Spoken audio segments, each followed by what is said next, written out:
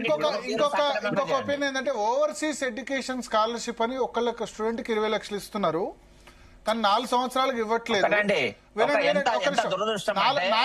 బట్టి విక్రమార్క గారికి పోయాము, ఇదే విషయం చెప్తాను నేను. బట్టి విక్రమార్క దగ్గర పోయాము మేము. ఇక్కడ రోజు వారి బాధపడుతున్నాము. అక్కడేమో స్టూడెంట్స్ బయట జాబులు చేసుకుంటూ ఓవర్సీస్ లో వాళ్ళందరూ సంపాదించుకుంటే వాళ్ళకేమో స్కాలర్షిప్ రిలీజ్ చేస్తారు. ఇక్కడేమో మేము వచ్చేసేమో కళాశాలలు, విద్యార్థులు, ఫ్యాకల్టీ, నాన్ టీచర్, అటెండర్లకు కూడా జీతాలు వేయలేని పరిస్థితి ఈ రోజు కళాశాలకు ఉంటేనేమో మీరు ఇక్కడ స్కాలర్షిప్. ఇక్కడ ఒక పాయింట్ చెప్తా, ఇక్కడ ఒక నిమిషం. ఓవర్సీస్ ఎడ్యుకేషన్ స్కాలర్షిప్ కింద ఎంత 20 లక్షలు ఇస్తున్నారా ఒక స్టూడెంట్ కు? 20 లక్షలు కదా, ఇక్కడ 20,000 ఇవ్వలేకపోతున్నారు. దీంతో ఎంతమందికి ఇవ్వచ్చు?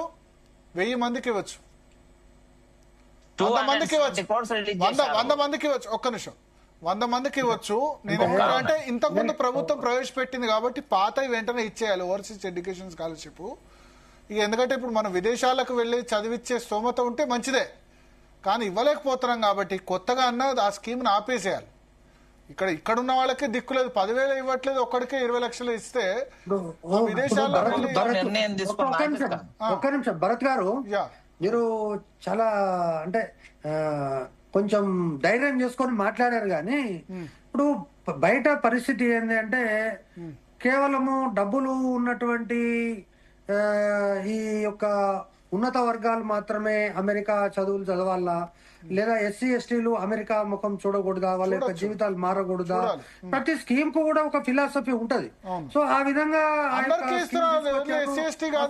మనము అంటే ఇప్పుడు ఇంజనీరింగ్ కాలేజీలో అందరికీ ఇస్తున్నారు ఆ స్కీము.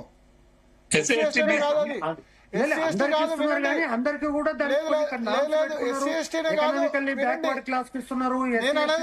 బ్రాహ్మణ కార్పొరేషన్ కూడా ఇస్తుంది. నేను మొన్న ఒక నిమిషం ఎస్సీ ఎస్టీ కాదు, ఓవర్సీస్ ఎడ్యుకేషన్ స్కాలర్షిప్ బ్రాహ్మణ కార్పొరేషన్ ఇస్తే మొన్న అసెంబ్లీలో శ్రీధర్ బాబు గారు కలిస్తే చెప్పాను, మీరు వేరే ఏమన్నా అర్చకులకు లేని వాళ్ళకి జీతాలు ఇవ్వండి, కానీ 20 లక్షలు ఒకళ్ళకే ఇవ్వడం ఏంది? బ్రాహ్మణ కార్పొరేషన్ ఇప్పటి వరకు ఓకే, మీరు అనౌన్స్ చేశారు కాబట్టి ఓకే, 20 లక్షలు పెట్టి అందరికీ ఇస్తుంది. ఎస్సీ ఎస్టీకి ఇస్తే ఇబ్బంది లేదు, బ్రాహ్మణ కార్పొరేషన్ ద్వారా కూడా 20 లక్షలు ఇస్తున్నారు. మనం అఫోర్డ్ చేయలేనప్పుడు వాళ్ళకు కూడా సరిగ్గా ఇవ్వట్లేదు, 4-5 సంవత్సరాలుగా పెండింగ్ లో ఉంది. ఇప్పటి నుంచి ఆపేసేయండి, ఎందుకంటే విదేశాల్లో తినడానికి తిండి లేదంటే మీసాలకు సంపంగా నూనె రాస్తామంటే అక్కడ 4 సంవత్సరాలు ఫీజు రియంబర్స్మెంట్ లేదు, అక్కడ 20 లక్షలు ఒక స్టూడెంట్ పోతుంది. ఇక్కడ 100 మందికి ఇవ్వచ్చు కదా ఆ డబ్బులతో. నా ఉద్దేశం అది. ప్రభుత్వం దగ్గర ప్లెంటీ ఆఫ్ డబ్బులు నిధులు ఉంటే ఇబ్బంది లేదు. విదేశాలకు కాదు, చంద్రమండలం కూడా తీసుకుపోండి, అభ్యంతరం లేదు. చంద్రమండలం తీసుకుపోయినా అభ్యంతరం లేదు. అరే ఇక్కడ 30,000 10,000 జూనియర్ కాలేజీలో 1,800 ఫీజు కట్టలేకపోతున్న వాళ్ళు 20 లక్షలు ఎట్లా ఇవ్వగలుగుతారు? అది మీరు అన్నది ఎస్సీ ఎస్టీకి ఇస్తే ఇవ్వండి, ఇబ్బంది లేదు. బట్ బ్రాహ్మణ కార్పొరేషన్ ద్వారా కూడా 20 లక్షలు ఇస్తున్నారు. అంటే బ్రాహ్మణ కార్పొరేషన్ పెట్టింది అందుకు కదా, అది కాదు, వేరే ఉన్నాయి. అర్చకులు ధూపదీప అర్చకులకు, రిటైర్డ్ అర్చకులకు, వాళ్ళకు వీళ్ళకి అక్కడ ఇప్పుడు నాట్ ఓన్లీ అది కాదు, వేరే కార్పొరేషన్ వినండి, వేరే కార్పొరేషన్ ద్వారా కూడా ఇస్తున్నారు. భరత్ గారు, వెంకట స్వామి గారు, భరత్ గారు, ఇప్పుడు ఒక విద్యార్థి ఐఐటిలో టాపర్ గా వచ్చిండు, ఆయనకు అమెరికా పోవాలని ఉంది, బట్ ఆయన యొక్క ఆర్థిక పరిస్థితి ఎడ్యుకేషన్ లోన్స్ ఉన్నాయి కదా ఎడ్యుకేషన్ అంటారా, అంటే ఎడ్యుకేషన్ లోన్ ఇవ్వాలంటే కూడా వాళ్ళకు ప్రాపర్టీ చూపించాలి. భరత్ గారు, ప్రాపర్టీ ఏముంటది? సెంట్రల్ గవర్నమెంట్ స్కీమ్ ఉందండి, సెంట్రల్ గవర్నమెంట్ స్కీమ్స్, ఆ స్కీమ్స్ ప్రకారం చేస్తుండ్రు. ఉదాహరణకు ఆయన ఒక పూజారి ఉదయం గంట కొడితే తప్ప ఆయన యొక్క భవిష్యత్తు లేదు. అటువంటి కేసెస్ లో ఏమైనా ఎక్స్ట్రాడినరీ కేసెస్ లో ఒక 10 మందికో 20 మందికి ఇచ్చారు, కానీ ఈ రాష్ట్రంలో 10,000 మందో 5,000 మందో బ్రాహ్మణులకు ఇచ్చినటువంటి లేదు, బ్రాహ్మణ కార్పొరేషన్ కు అంత శక్తి లేదు. అందరికి ఎవరికైనా ఇప్పుడు ఏమంటున్నా 2,000 ఫీజు కట్టలేని స్థితిలో ఉన్నప్పుడు ఇంతమందికి వీటన్నిటి మీద రివ్యూ జరగాలి. భరత్ గారు 100% కరెక్ట్. మీరు అన్నట్టుగా ఈ యొక్క డిసగ్రీ, తినడానికి తిండి లేనప్పుడు మీసాలకు సంపంగి నూనె అవసరం అన్నది నా ఒపీనియన్. అగ్రీడ్. వెంకటస్వామి గారు ఏదో చెప్పాలనుకున్నారు, క్లోజ్ చేద్దాం. ఎస్, కత్తి వెంకటస్వామి గారు మ్యూట్ తీసేసి మాట్లాడండి. కత్తి వెంకటస్వామి గారు చెప్పండి, మీరు మాట్లాడుతూ ఉండండి, మ్యూట్ తీయండి, మాట్లాడుతూ ఉండండి. భరత్ ఒక చిన్న ఒక నిమిషం అవకాశం చెప్పండి.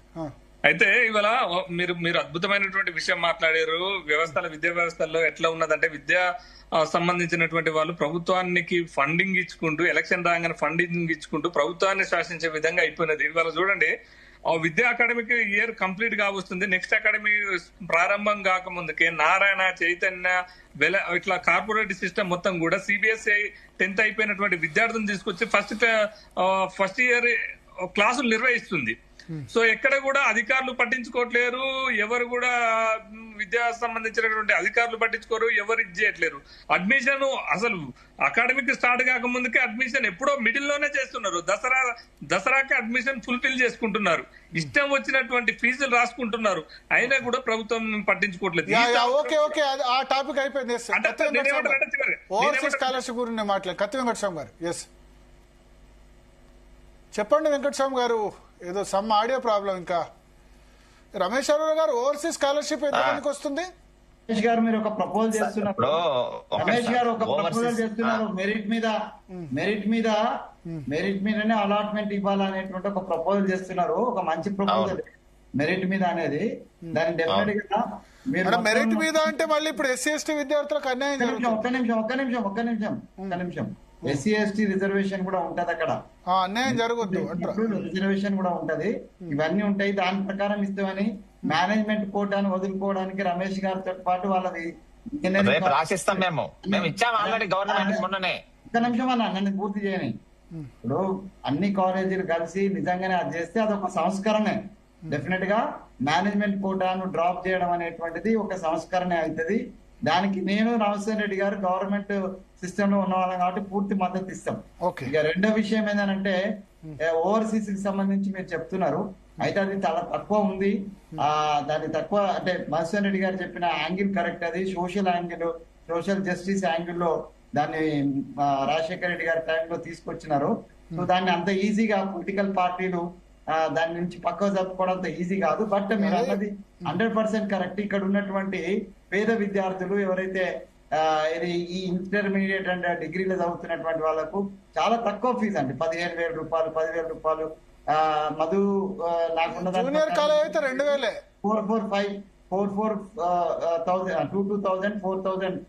4,000 రూపీస్ ఇంటర్మీడియట్ అయితే.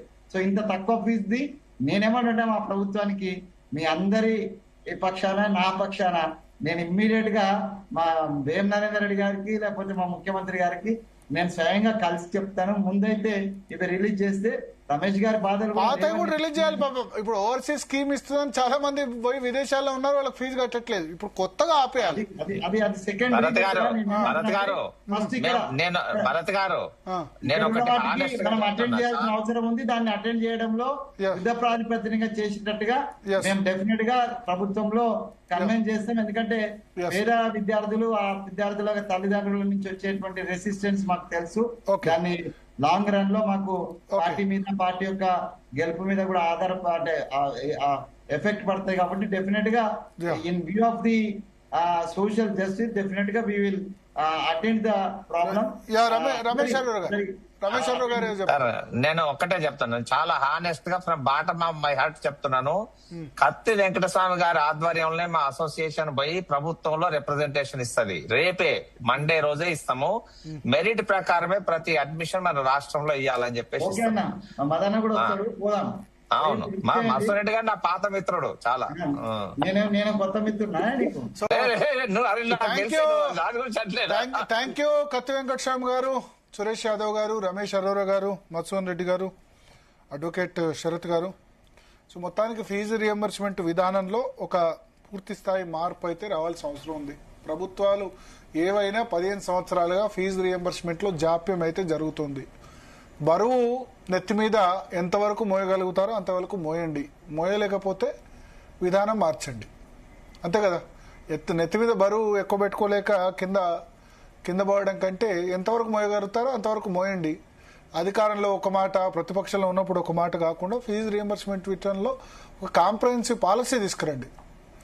అయితే ఏ విద్యార్థి కూడా కానీ మినిమం డిగ్రీ వరకు అందరినీ చదవనివ్వాలి. డిగ్రీ అయితే ఇంజనీరింగ్కు ఎక్కువ సంఖ్యలో నిధులు పోతున్నాయి, డిగ్రీ కాలేజీలు, జూనియర్ కాలేజీలకు రావట్లేదు అనేది వాస్తవం. 70% దాన్ని పోతున్నాయి.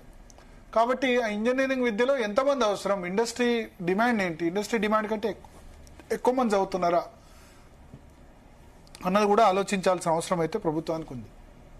సో ఇది వాటి DNA. Welcome to DNA daily news analysis. కాలేజీలో ఫీజుల